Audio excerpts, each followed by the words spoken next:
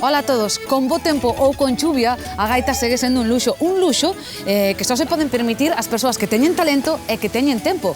De feito, moitos dos vellos gaiteiros que fomos coñecendo dixéronnos que en algún momento das súas vidas tiveron que guardar a gaita por falta de cartos, por cuestións de traballo, porque non se podía vivir da música. Por iso a xubilación é un momento perfecto para sacarlle brillo a todas as afeccións, tamén a de tocar a gaita. O grupo que vos imos presentar esta noite está formado por xubilados que viven como marqueses e que se reencontraron ca música. Na súa vida laboral foron de todo, uns labregos, zapateiros, mecánicos, traballaron nas minas, algún mesmo emigrou a Brasil e a Alemanha. Pero agora xuntáronse para facer un grupo de gaiteiros e recuperar esa afición que tiñan. Da vida poden nos dar clases magistrais, un máster, e das cousas da música tamén, porque moitos deles empezaron a tocar cando ainda eran uns pequenos. Así que a proposta do Lalá desta noite é un Lalá de reserva, co grupo de gaiteiros da terceira idade de Santa Comba. Homes que se xubilaron de todo non, de case todo, da gaita non se xubilaron. Facía frío e chovía cando chegamos a Santa Comba. Nas rúas non había moita xente, así que buscamos directamente o centro sociocomunitario, un lugar no que, segundo nos contaron, os xubilados fan algo máis que xogar as cartas. Aquí reencontranse cunha paixón que mantiveron guardada no corazón desde nenos, a música. Porque en Santa Comba sempre houve moita diversión. Nas feiras e nas festas tocaban as bandas, as charangas e os gaiteiros, pero nunca tiveron un grupo como o que imos coñecer hoxe. Un grupo feito a base de esforzo, de ilusión, de moita experiencia acumulada. 6 homes, 6 veteranos xubilados que rescataron as vellas partituras, as melodías que un día tocaron ou escoitaron, os ritmos que aprenderon de rapaces e todo un repertorio que, como din eles, foron gravando na cabeza.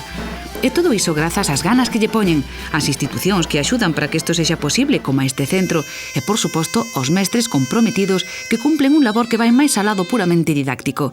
Aquí teñen a sorte de ter de mestre o gaiteiro Pablo Seoane. El escoitos e tamén sabe sacarlles a pillería, que a teñen, Ora vou non meter un apuro, porque ten unha frase moi bonita, que é a frase de que che dixe a muller cando viaches moi cargado. Ai, cheguei borrachino, cheguei moitas veces para aquele día que indo a un lado e outro e dixo: Andrés, moi cargadinho ves, e dixo, por non facer do vias. Pois esa é a frase que lle recordan sempre aquí a Andrés. Aquí o que teñen o seu repertorio de pezas, teñen un repertorio amplísimo de pezas. Ricardo, cantas partituras tes ti? Pois 200. Hai xente que tocou do oído, que é o caso de José Turnes, que tocou todavía do oído, que ten cantas cintas tes? 2000 aquí. 2000 e pico cintas? Non grabada por min, cintas que teño na casa. Claro. Eles dous tamén, a parte da gaita, tocan clarinete ou, no caso de Ricardo, o saxofón. Ricardo, sigues formando parte da charanga? Sí, claro, ten un repertorio que é unha charanga. Turnes, ainda sigue tocando nas misas, nas festas, cando chama o cura. E por este lado, que está aquí agachado, temos a un fillo e neto de gaiteiros. Meu bisabuelo, meu abuelo, mi padre. Contádeme un pouco como son as clases, se o pasades ben nos ensaios, como é? Moi bo chaval, Pablo, moi bo chaval. É unha maravilla. Ten moita paciencia, porque para pelear cos vellos hai que ter paciencia. Bueno. Por qué? Porque agora non gravamos. Non gravamos. É certo ou non é certo que cando un ten 80 anos sabe máis que cando ten 30? Sabe máis, pero pode menos. Ai, sabe máis, pero pode menos. Hai menos forza. Vamos tocar a Muñeira Bella de Santa Comba. Ti va por riba ou por baixo? Por baixo. Tarararan, taran, tarararan.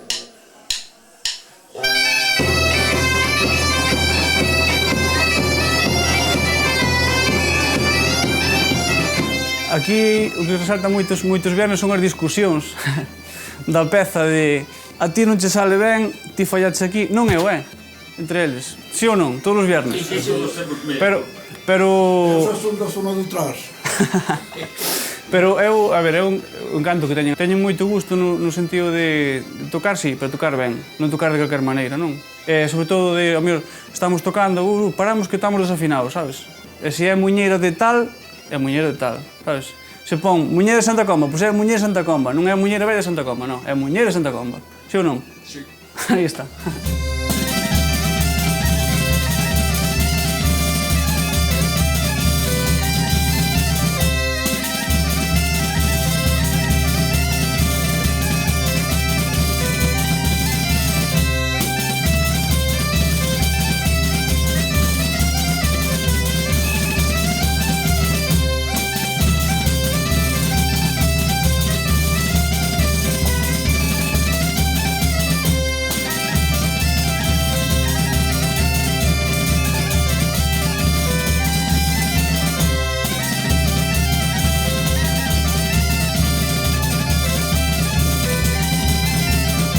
agora xuntadesvos aquí neste centro ou no outro centro que hai, pero cando erades rapaces, onde se xuntaba a xente para facer festa, por exemplo? Onde se facían?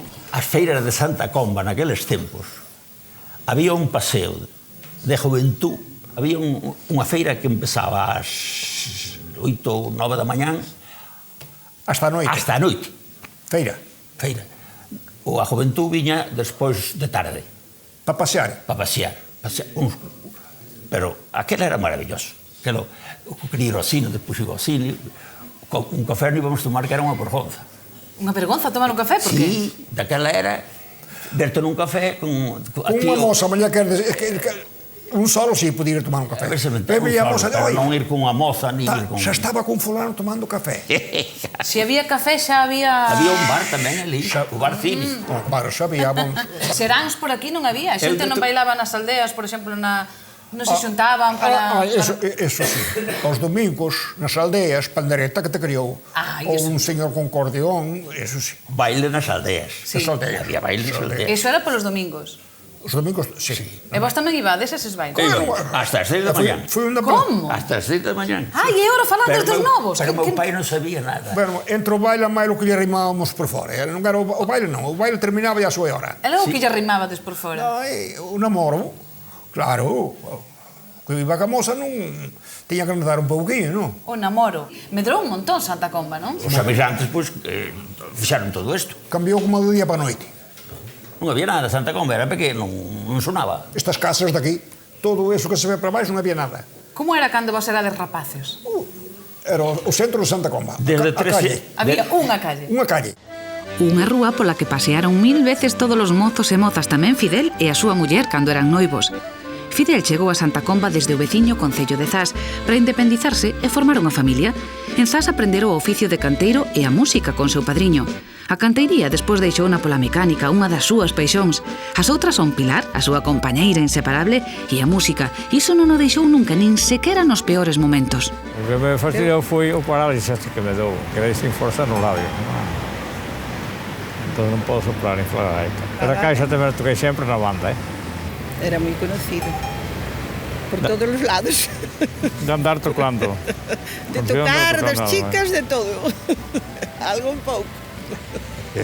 De todo. Era un bozateiro, estaba a bolsa. E despois, claro, tuvo que elegir unha. Tocou ela. A música gustoume sempre, seguimos gustando. Sí. Pero non tiña por venir con ela.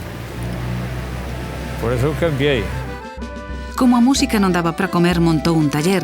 Decidiu ser mecánico nun tempo no que en Santa Comba había 7 ou 8 coches. O coche que estou vendo aquí nesta foto é precioso. Que coche é este? É bonito, creo que era un bui, me parece, creo que era un bui. E como aprendeches ti a arranxar estes coches? Porque claro... Pois aprende moi fácil, porque mi padre, como eu, a miña ilusión eran os coches, comprou un coche na Coruña, na chatarra, un turismo, 7 plazas, que a modera hoxe. Que daba para comprar un Mercedes. Pô, que ambos vería. E chegamos a casa e dixo mi padre, tes, fai con ele o que queiras. Vaya rompecabezas tiñades aí, Entón, empecé por desmontar o motor. Sequei o motor do sitio, desmontei no todo, e recordo que dixo mi padre, aí agora lo desmontaron, hai dar o xeito. E eu, desmontarei. Non te sobrou ningunha peza, non? Non sobrou nada. Entón, ficando en Serín, vir para Santa Comba. Tiña 15.000 pesetas. Marchei a Coruña, Suárez Ferrín, tiña unha casa de maquinaria moi grande, era un presupuesto de 50.000 pesetas. Non che chegaba? Busquei os cuartos. É de risa como eu busquei. Fui ali á parroquia de Muiño, conocíame todo o mundo, sabían que era un rapaz, pero que era un rapaz formal a traballador. E a pegar que un prestábame 10.000 pesetas, o que tiñan. Facía un papel ali na cociña, eu firmáballo, a outra casa, na outra casa 2.000 pesetas, e así conseguiches as 50.000? E xuntei as 50.000 pesetas nun domingo. Montei o trailer nesa casiña que hai atrás e abaixo. E os coches entraban por aquí. Iba pagando, subindo, bajando. 5.000 pesetas. Miraba a libreta, que lle deu 5.000 pesetas, fulano e tal, e iba a pagar. Pero nun ano botei-me fora da deuda. Eu tamén traballaba 16 horas diarias. porque cando máis tiña que traballar era de noite. Depois das 11 da noite, ás 12, cando pasaban por aí oficinas, había un pouco máis de corriente, entón aproveitaba para traballar. Fidel foi ao longo da súa vida xa oístes un home traballador, honrado e loitador como a poucos. Despois daquel primeiro taller cambiouse a estoutro que na actualidade leva o seu fillo. A ver, non hai nadie por aí sempre. Está abandonado. Fidel lembra en moitas ocasións cando o seu fillo de pequerrecho xogaba na bicicleta entre coches e ferramentas, e tamén a súa época de taxista, porque Fidel tivo o primeiro taxi da Redonda. De día traballaba no taller e de noite veña a facer viaxes ata as 2 ou ata as 3 da mañán. E claro, con todo iso, a música foise perdendo entre o ruído dos motores.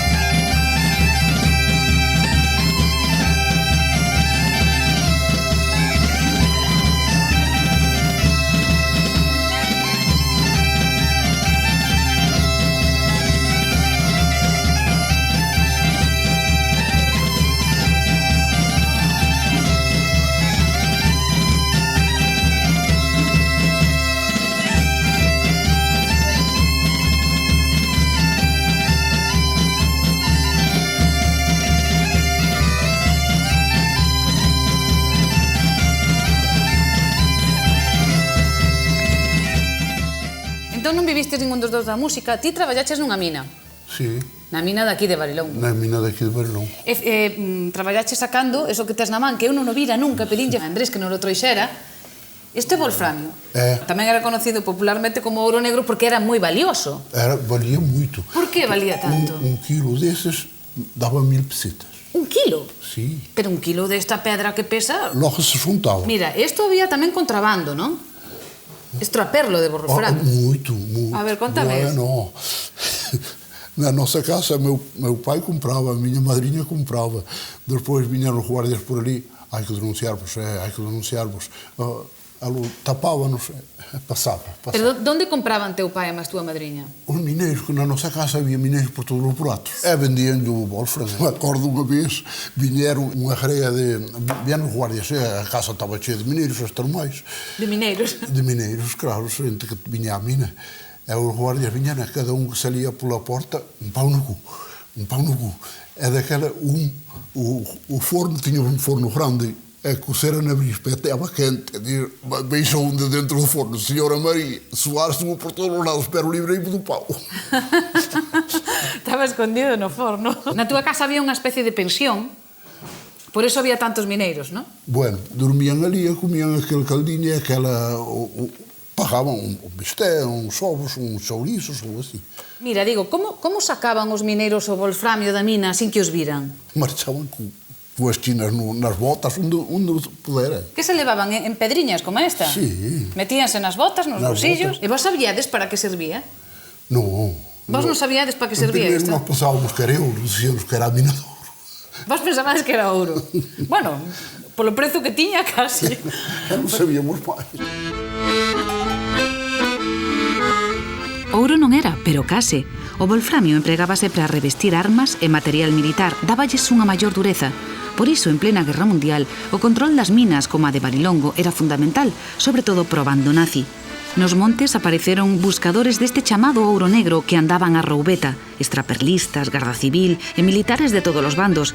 Hoxe en Barilongo o que queda é unha canteira e os recordos daqueles anos. Aquí primeiro traballábamos ao destajo e despois había lavaderos, lavando na terra da Braña. E nesse lavadero tamén traballábamos 8 horas, ganando 5 pesos cada un, cada día. Os que máis cobrávamos, Eu estaba casado, pero queríamos comer, vinhamos sacar a 4 persoas à mina da nossa casa. Trabalhávamos por aqui nos lavadeiros, onde havia trabalho. Tapávamos por aí nas tubarias, fazendo regos por aí. Os companheiros eram todos moços. Eu também era moço, pero estava casado. mira gaiteiro, se ter gana de trabalhar, trabalha a ti. Nós, hasta que sentia ir um coche funcando para arriba, todos deitados por entre o monte. Depois, ao sentir o coche como iba nos refres, punha-se a trabalhar. Já lhe digo, iam colher uma tacinha de vinho a pé do meu pai, onde estava a taverninha, e cantava. Eu não sei, todos, eu não sei. Havia eu não sei que tem na morena, eu não sei que a morena tem, eu não sei que tem na morena, que todos lhe querem bem. É assim. Ti dicíasme que tes 85 anos. 85. E ti vas a facer 80. Estou preto. O sea que sodes case dunha quinta. Que tal se vive con 80 anos? Que tal se vive? Bien, ten salud, bien. Ir aos funerales, ir aos enterros, ir tocar. Tes o día ocupado. Funerales, enterros e tocar a gaita, bueno. Tocar a gaita. Non está mal.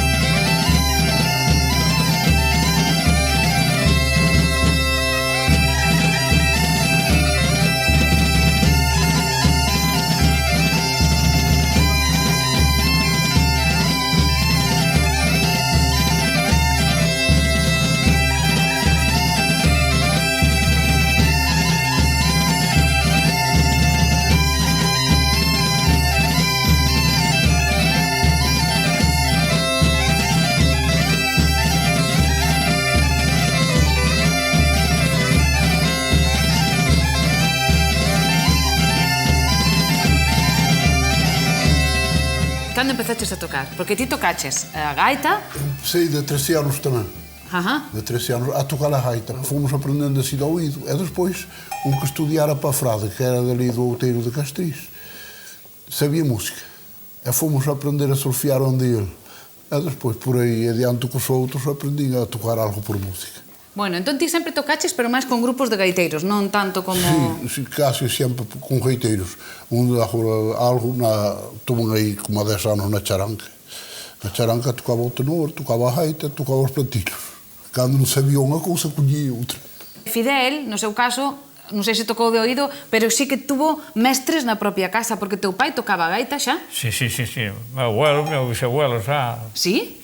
E mi padre tocaba moi ben a gaita, entonces... Un día mi padre chegou e dixo, Fidel, mañana temos que ir tocar. Que esta foto que está aquí? É que tocar o bombo. Estás ti aquí tocando bombo e tes 7 anos, sei? Sí, 7 anos. A ti facíache ilusión? Ai, sí, me gustaba, sí. Eu marcábamos co pé, e eu pum, tocaba as mulleres e jotas, era o que se tocaba, a corriente. Entón tocaba teu pai, teu tío, a máis ti? Eses, os 3 solos. E despois toquei hasta o ano 37. No 37, cando tiña 13 anos. Foi cando deixei de tocar e fui tocar, traballar de canteiro, que o meu padrino. Era un canteiro bo e un músico bo. E ti foches con el para aprender os dous oficios. Para aprender a música, mas para aprender a tocar de canteiro. Pero despois foi cando se formou isto. Estes 2 son hermanos meus. Estes 3 son os fillos. Éramos 7 solos. 7 da mesma familia? Cando empezamos, sí. Isto era a banda dos meanos? A banda de meanos. Estamos falando aquí dos anos 40. En plena posguerra.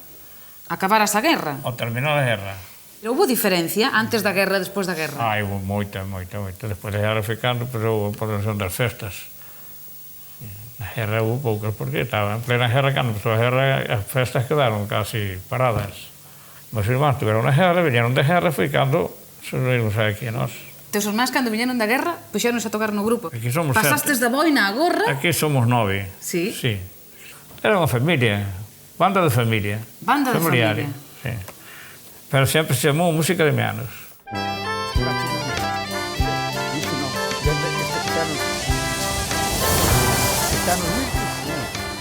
Ricardo Muñiz e José Turnés tamén son músicos de toda a vida e ás veces xúntanse para intercambiar opinións ou quedar, como nesta ocasión, para ver como vai o Xardín das Maravillas de Ricardo.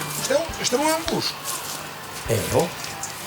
Este é un buso do que se fan as gaitas. Todos eses que hai por aí. Este é un hobby que eu teño de facer estas plantas. Todo que hai por aquí. A min a naturaleza gustame moito. Ver medrar. É o que me gusta a mí, sí. De verán, veño aquí de unha siesta ou paso aquí á sombra ou paso moi ben a señora Maixeu. Podes, eu disfruto moito con estas cousas, como a non andar polas cidades. Polas cidades, non me gusta, como estar na aldea. Dicíame, Ricardo, que ele non se acorda cal é o primeiro instrumento que tocou. Eu toquei o saxofón alto. Ajá. Empezaches polo saxofón. E o saxofón alto non era noso, era do Ayuntamiento. E tiñamos que tocar os dous por el. Eu collín llasca e dixeu, vedes que non... Como? Tiñades que tocar dous músicos polo mesmo saxofón? Polo mesmo instrumento, un anaco, un outro anaco. Claro. Hasta que chegou un momento que dixen, non me pega. Eu non metes que non compro instrumento ou non sigo. E depois o meu pai buscou os cartos e comprou un saxofón. Con aquel saxofón, Ricardo fixo maravillas e aí empezou o seu periplo polas moitas formacións das que formou parte. A primeira que nunca olvida foi a banda de gaitas de Santa Comba. Case todos os compoñentes do grupo que hoxe estamos coñecendo estiveron antes noutros grupos, mesmo tocando outros instrumentos. Os Dinámicos de Santa Comba, por exemplo, eran unha orquestra de moita sona na redonda. Co paso dos anos formouse tamén o grupo de gaitas da terceira idade, pola década dos 90. E ollo, porque ademais de marketing e bons músicos, tiñan un reglamento que cumprir, e que as cousas en Santa Comba fanas en condicións. Pero por si isto fose pouco, hoxe segue amenizando festas a nova charanga, pola que pasaron algúns dos nosos protagonistas. Sabedes, os compoñentes desta banda de gaitas teñen talento e experiencia sobradamente contrastada. Que toca mellor? Un que toca de partitura ou un que toca de oído? Iso depende. Iso depende. Este ten boa grabación. Ten boa grabación. Boa máquina redana. Ten. Pero no resultado hai diferencia de tocar de oído e de tocar por partitura, hai diferencia. Para mí non. Bueno, sempre algo sempre. Para mí non hai ninguna. Bueno, sí. Discuto a calquera músico. Aquí entramos en polémica. No, a min ven un maestro. Teño unha peza nova. Toca ele, eu gravo. No viernes seguinte que ven, el dali, eu daqui, catapón. Este grava bastante ben. Cousas claras. Ahora, o papeliño ten os seus puntos e os seus comas. O papeliño marca. O papel é moi bo para facer o testamento. Emprativo con unha gaita de Canaveira que eu fixen, dei unhas notas, dando os dedos, e quitei la. E eu sorprendín-me, dixen eu, é dunha canción. E dixen, agora vou pola segunda. Basta valera, e despois faltaba lan la la. E seguín aquilo, e despois, a partir daquilo, todos os cantares que eu sabía, xa me iban os dedos. Recebí unha alegría tan grande. Pois así, aprendi sin querer. Bueno, saliume. De Bastavales, Bastavalera, de Bastavales morena, non é calquera, de Bastavales morena, Bastavalera, tran. Bueno, en todo caso, da música, o que da música non vivistes, ti tocabas no grupo, pero vivías tamén do teu oficio, eras zapateiro, me decías. Era zapateiro. Tuve 5 obreros. De zapateiro? De zapateiro. Ali en Mourelle. Arreglabades ou facíades? Cousa nova toda. Facíades? Comprei centos de kilos de piel. Facías zapatos de homes ou de muller? Máis ben de homes. De homes. Zapatóns. Hasta cheguei a facer zapatos baixos e todo. Zapato fino? Zapato baixo, fino. O que máis se facía era zapatóns. Porque aquí había moita lama, había camiños. E todo eran lavardores. E había que ter cousa fuerte, que aguantar todos os días metidos na agua e na lama. Era un bo traballo, ganábase cartos sendo zapateiro? Pois non se ganaban cartos, non.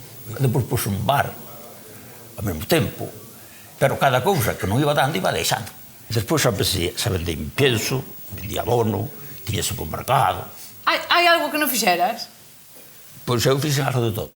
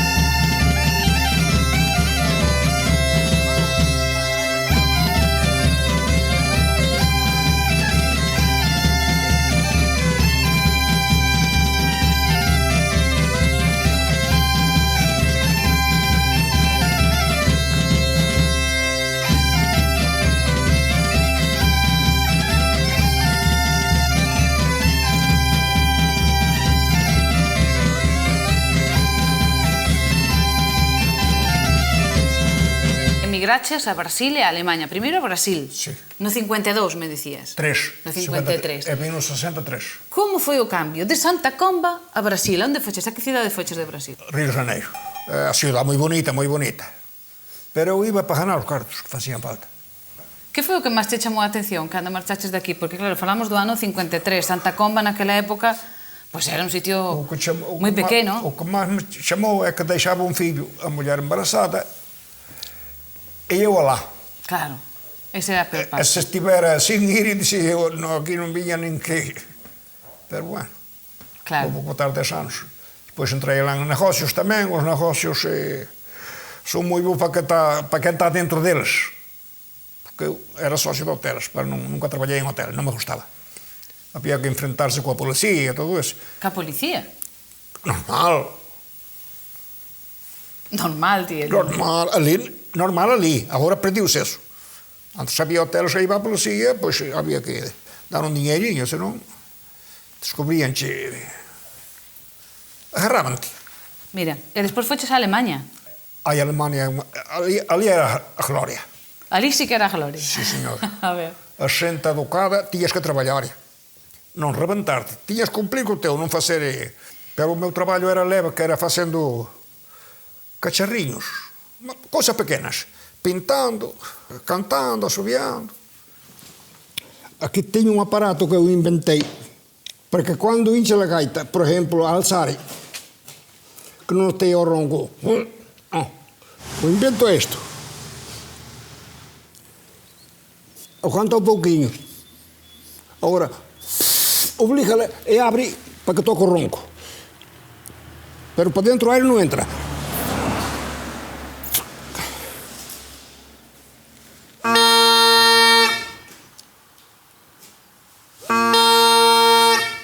E os outros ten que ter a cheia, pero ten que soplar seguido, que senón perdelle todo. Mira, isto tamén o fas ti, que son os pallóns. Estes son de rotulador. Sí. Ou dunha cana, ou do que sea. E isto dedicaste... Véndelos? Vendo, regalo, eu fago de todo. Pero non teño comercio. E como se che dou por facer pallóns? Xa facías de rapaz tamén pallóns, con que os facías? Primeiro empecé con balas de fusil. Con balas de fusil, e onde as sacabas? De onde as sacabas? Dábamos, coño, os que viñan da guerra, traían os cascos e dábamos. E aparecían tirados por aí. Os cascos das balas? Sí, o casco da bala, que non valva nada. É como o cartucho do cazador. Tirou o tiro, quita o cartucho e tira no monte. E ali ibas ti, collíolo e con eso facías un pallón. Claro. E como se che dou por aí? Como se dou? Porque non facía falta. A necesidade obliga. Non, a necesidade non. A idea, non tiña necesidade ninguna. Eu cortaba o pelo desde chaval. Eu sempre tive encanto no bolsillo. Na casa, eu facía socos, eu arreglaba potas, eu botaba o contacto a un foco daquela. Avariouse o foco. Xa era un peso, 5 pesetas. Xa mandaba para ir ao baile. Facías de todo tamén. Eu facía de todo. Isto é mostrando como se ganan os cartos sin traballar. Corto por aquí para que o aire xa non sala. E despois corto justamente por aquí. Ao terminar as letras,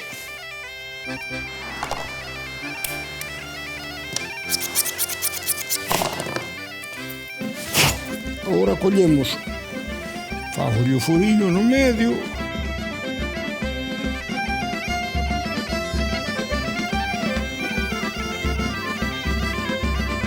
agora teño que fazer isto. A palheta, que é o que toca. Isto é un corpo. Agora ten que falar.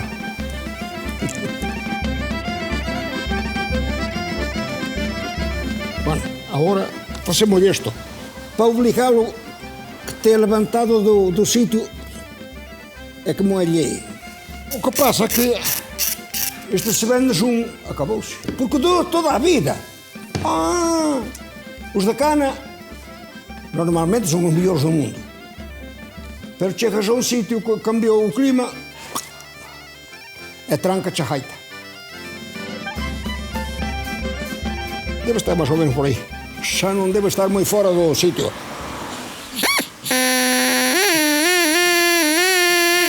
Todo aquel que tiña dos cambios é bo.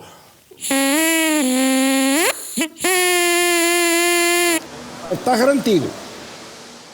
Isto custou 20.000 pesetas, Comprei no Brasil, fai 2 anos.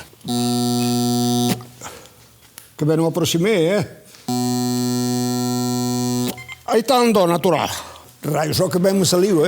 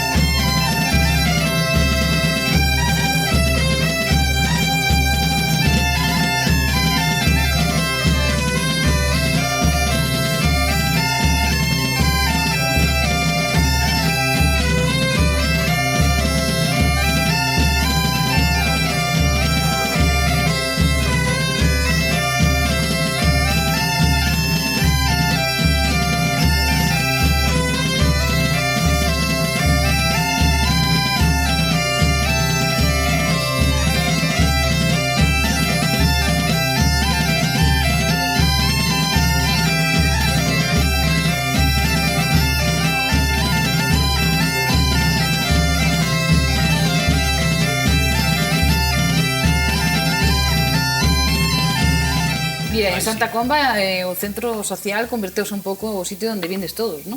É onde pasamos moi ben, moi ben. Eu desde que me jubilei cambiou a vida ao 100%. Parece que volví a nacer. Disfrutamos da vida que antes non podíamos, tiñamos que traballar. Que outras cosas facedes, a ver? Vimos xogar a partida, a charlar cos amigos aquí, a bailar, vimos os bailos domingos, bailamos, tocamos aí e bailamos, que tamén bailamos, cando non tocamos, bailamos. Xa tendes o pack completo, que máis se pode pedir? Bueno,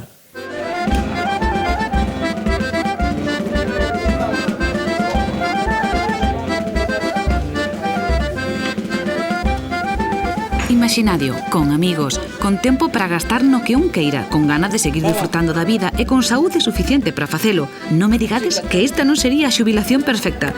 Pasar os longos invernos xogando ás cartas, de excursión, organizando bailes e facendo aquelas cousas que a vida nunca che permitiu, como a música. Eu dicía ao principio do programa que tocar a gaita ou estar nun grupo de gaiteiros en o bombo, a caixa, que é casi un luxo, non? Primeiro hai que ter ganas, ter talento, e despois hai que ter tempo. Bueno, eu levou-me sempre a caixa, fui o meu da música sempre. Quando me levou a ideia, fui sempre a caixa. Sí. E aprendi a tocar a caixa, pero o solo, do oído, sin enseñarme nadias. Pero vías como tocaban os outros, cando eras rapaz, non? Isso miraba. Si, ademais, se miraba, ademais, quedábame todo no ouído. Porque eu empecé a tocar na casa, en riba dunha mesa con 2 cravullos. Eu baquetas non tiña, caixa tampouco. E dixo-me un día, bueno, meu pai, Gloria este, como río, vouche comprar unha caixa, e eu xa quedei máis contento ao dicirme eso. Que anos tiñas? Eu, 15 anos. E cando chegou con ela a casa, que? Eu, para min, a festa máis grande do mundo. E ti, Pepe? Os mundos foron moi pobres, Ti tamén tocaste? Sí, moi pobres. Non, nunca toquei. Nunca che dou. Estabas demasiado ocupado traballando. Exacto, nunca podía ter, que tiñamos moito traballo, non? A vida de antes era moi dura. Esclavísima. Agora ves na televisión, por exemplo, eses terceiros mundos. Nós fomos igual, Anduvemos arando co arado e con todo como están agora. Non hai tantos anos, verdad? Non nos separan tantos anos. Home, pois non hai moitos anos, claro que non hai moitos anos. Que pode haber, 40 anos ou por aí. Ainda andábamos coas vacas traballando e eso. Hasta que viñeron os primeiros tratores. Foi o que... Cal foi o gran cambio? Disme, o trator? A concentración e o trator e as vacas de leite. Foi onde houve o cambio.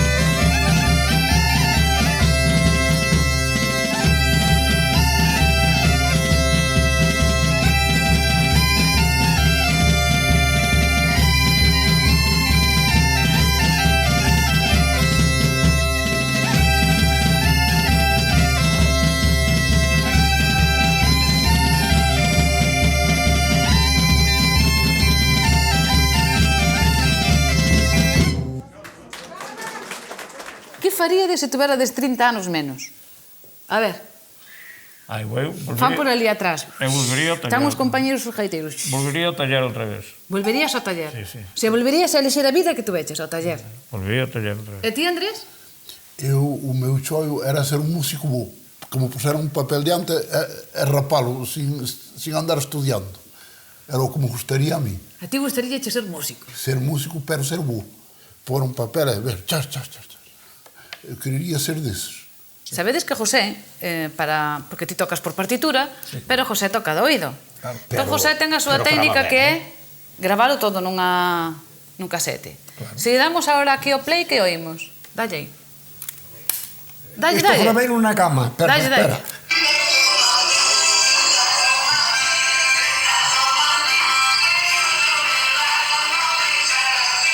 A mí isto sóname.